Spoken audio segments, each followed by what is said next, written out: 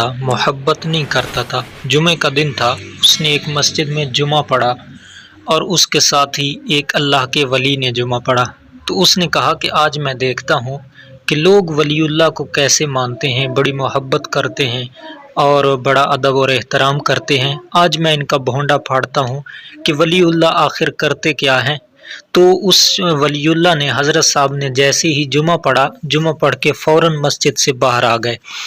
तो वो शख्स कहने लगा कि बड़े अजीब हज़रत साहब हैं, लोग इनको वली मानते हैं और ये जुमा पढ़ने के बाद मस्जिद में बैठ जाते, कोई ज़िक्र व अज़कार करते, तस्बीहात पढ़ते, दुरूद शरीफ पढ़ते, ये तो फ़ौरन मस्जिद से बाहर चले गए। आज मैं देखता हूँ कि ये जाते कहाँ हैं और क्या करते हैं। तो वो शख्स भी उस अल्लाह के वली के पास, उस हज़रत साहब के पीछे पीछे चल पड़ा। तो हज़रत साहब एक बाज़ार में गए और वो भी उसके पीछे बाज़ार में चला गया। हज़रत साहब एक कबाब वाले के पास गए और कुछ कबाब ख़रीद लिए। तो वो शख्स कहने लगा कि बड़े अजीब वली हैं कि जुमा पढ़ने के बाद पूरा जुमा ही नहीं पढ़ा, फ़ौरन बाज़ार में आ गए और कबाब ख़रीदने आए, कबाब खाने आए हैं। ये अभी कबाब खाएंगे और मैं लोगों को जाके बताऊंगा कि ये आपके वली हैं, ये हज़रत साहब हैं कि जो कबाब खाने आए हैं और कबाब लेके खा रहे हैं। तो वो शख्स बड़े ताज्जुब के साथ देखता है कि उस हज़रत साहब ने कबाब लिए और फिर एक फ़ालूदा की दुकान पर चले गए, वहाँ से फ़ालूदा ख़रीदा और फिर वो शख्स दिल ही दिल में कहने लगा कि पूरी पार्टी का इंतज़ाम है, पहले कबाब खाएंगे और बाद में फ़ालूदा खाएंगे। बड़े अजीब इंसान हैं।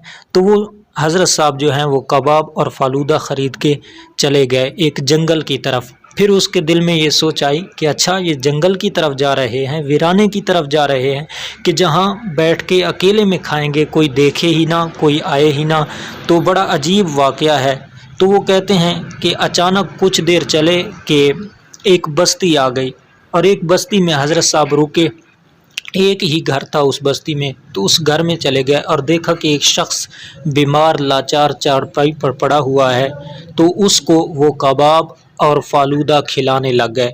तो वो शख्स कहता है कि मैं बड़ा हैरान हुआ और मैं वहाँ पर देखने लग गया। जैसे ही देखते हज़रत साहब वहाँ से चले गए, गायब हो गए। मैंने देखा कि हज़रत साहब वहाँ पर नहीं है। मैं उस बीमार लाचार शख्स के पास गया और मैंने कहा कि जो अभी हज़रत साहब आपको कुछ खिला पिला रहे थे वो कहाँ गए। तो उसने कहा कि वो तो चले गए हैं, वो तो बहुत दूर से तकरीबन 5-6 दिन की मुसाफत का सफ़र करके आते हैं और मुझे आके खाना खिलाते हैं और फिर चले जाते हैं। तो वो शख्स कहने लगा कि अच्छा, 4-5 दिन 6 दिन की मुसाफत का सफ़र है, 4-5 दिन का सफ़र है। तो वो कहने लगे कि फिर वो कब आएंगे। तो कहा कि वो तो अगले जुमा को आएंगे। तो वो 1 हफ़्ता इंतज़ार करता रहा भूखा प्यासा। तो अगला जुमा आ गया, हज़रत साहब फिर खाना लेकर आ गए और वो शख्स हज़रत साहब के पाँव में गिर गया और रजू करने लगा। कहा कि हज़रत साहब मुझे माफ़ भी कर दें और मुझे एक बात बता दें कि आप जुमा पढ़ के 5-6 दिन मुसाफत का सफ़र है, तो आप थोड़े से वक्त में इतना सफ़र कैसे कर लेते हैं। मैं आपके साथ आया हूं तो मुख्तसर वक़्त में, हम थोड़े से वक़्त में, 4 से 5 दिन का सफ़र था, हम थोड़े से वक़्त में यहाँ पहुँच गए हैं और अगर मैं अकेला आता जाता तो 5 से 6 दिन लग जाते। इसकी वजह क्या है। तो वो हज़रत साहब कहने लगे कि अल्लाह तबारक व तआला के जो वली होते हैं, जो अल्लाह ताला के ख़ास बंदे होते हैं, उनको अल्लाह ताला 2 चीज़ें ख़ुसूसन मख़सूस अता करते हैं। एक बस्से ज़मान और दूसरा बस्से मकान। इसका मुख्तसर मैं आपको समझाऊं कि बस्से ज़मान उनके लिए ज़माना जो है वो मख़सूस कर दिया जाता है, कम कर दिया जाता है। इसी तरह बस्से मकान, उनका जो रास्ता है वो भी फोल्ड कर दिया जाता है, सुकड़ जाता है, थोड़ा कर दिया जाता है। तो ये है अल्लाह वालों की शान, ये है अल्लाह वालों का मकान। यानी इतना सफ़र था, अल्लाह वाले के साथ चला था तो वो 5 से 6 दिन वाला सफ़र उसने थोड़े से वक्त में तय कर लिया।